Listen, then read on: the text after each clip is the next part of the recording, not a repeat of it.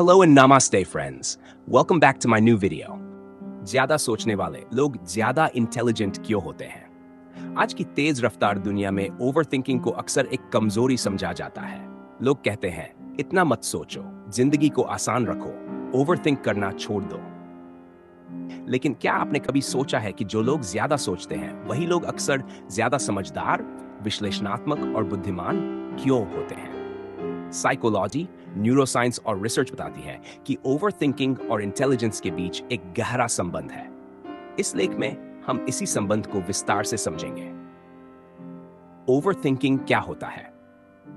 Overthinking का मतलब सिर्फ बेवजह चिंता करना नहीं है। ओवरथिंकिंग के दो प्रकार होते हैं। 1. एनालिटिकल ओवरथिंकिंग, किसी विषय को गहराई से समझना, हर एंगल से सोचना, कारण परिणाम पर ध्यान देना। D. इमोशनल ओवरथिंकिंग, भविष्य की चिंता, अतीत की गलतियों को बार बार दोहराना।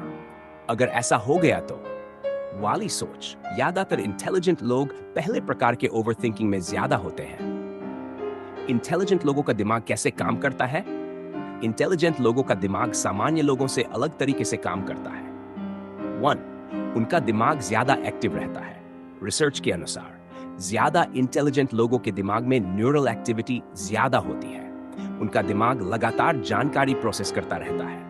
वे किसी भी स्थिति को सही रूप से नहीं देखते, इसलिए उनका दिमाग रुकता नहीं, और यही ओवरथिंकिंग जैसा लगता है।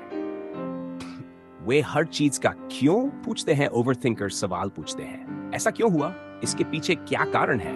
अगर मैंने दूसरा रास्ता चुना होता तो? यह क्रिटिकल थिंकिंग का संकेत है, जो इंटेलिजेंस की एक बड़ी पहचान है।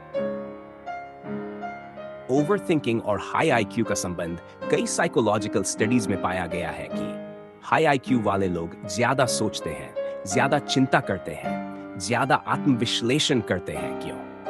क्योंकि वे संभावनाओं को पहले ही देख लेते हैं। वे भविष्य के परिणामों की कल्पना कर लेते हैं। वे जोखिम को पहले समझ लेते हैं। जो लोग कम सोचते हैं, वे कई बार खतरे को पहचान ही नहीं पाते। इंटेलिजेंट लोग ज्यादा चिंतित क्यों रहते हैं? यह एक दिलचस्प लेकिन सच्ची बात है। कारण 1. अवेयरनेस ज्यादा होती है। जितना ज्यादा आप जानते हैं, उतना ज्यादा आपको यह एहसास होता है कि दुनिया कितनी जटिल है।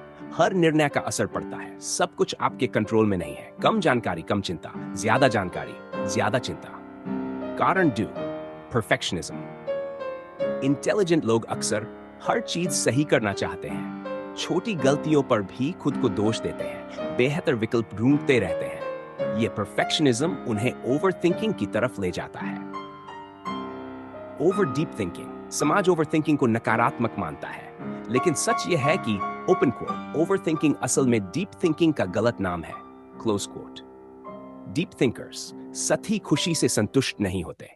सच्चाई और अर्थ खोजते हैं। भावनाओं, रिश्तों और जीवन को गहराई से समझते हैं। यही गुण उन्हें इंटेलिजेंट बनाता है। इमोशनल इंटेलिजेंस और ओवरथिंकिंग। ओवरथिंकर्स सिर्फ आईक्यू में ही नहीं, बल्कि अक्सर इमोशनल इंटेलिजेंस ईक्यू में भी आगे होते हैं। वे दूसरों की भावनाएं जल्दी समझ लेते हैं।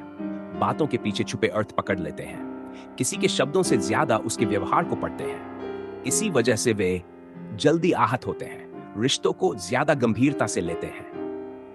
ओवरथिंकर्स ज्यादा क्रिएटिव क्यों होते हैं? आपने देखा होगा, लेखक, कवि, कलाकार, दार्शनिक, ये सभी ज्यादा सोचने वाले लोग होते हैं, क्योंकि उनका दिमाग कल्पनाओं में खोया रहता है।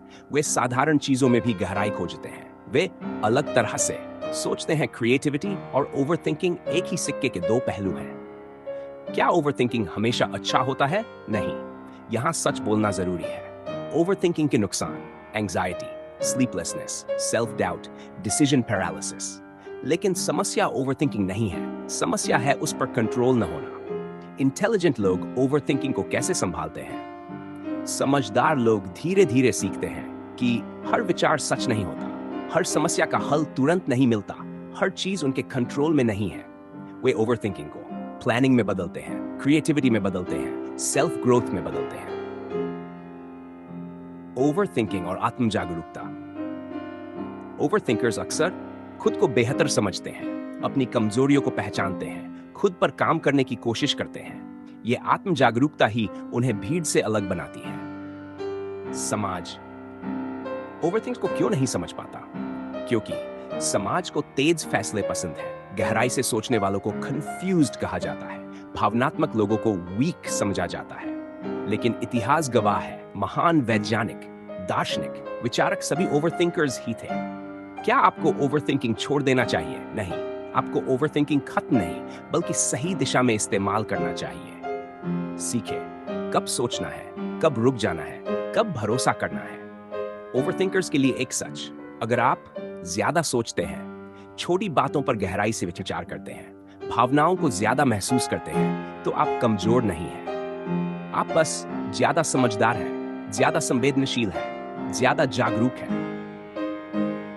निष्कर्ष: ओवरथिंकिंग और इंटेलिजेंस का रिश्ता बहुत गहरा है। दुनिया को गहराई से देखते हैं, फैसलों को हल्के में नहीं लेते, भावनाओं और तर्क दोनों को महत्व देते हैं। हाँ, अगर ओवरथिंकिंग अनियंत्रित हो जाए तो परेशानी बन सकती है, लेकिन सही दिशा में हो तो यही गुण आपको एक बेहतर इंसान, एक बेहतर विचारक और एक बेहतर जीवन की ओर ले जाता है। अगर आपको यह जानकारी उपयोगी लगी हो तो इस वीडियो को लाइक और शेयर जरूर करें ताकि और लोग भी इसके बारे में जान सकें। अपने विचार और अनुभव कमेंट में जरूर बताएं। हमारे चैनल को सब्सक्राइब करना न भूलें और बेल आइकन दबाएं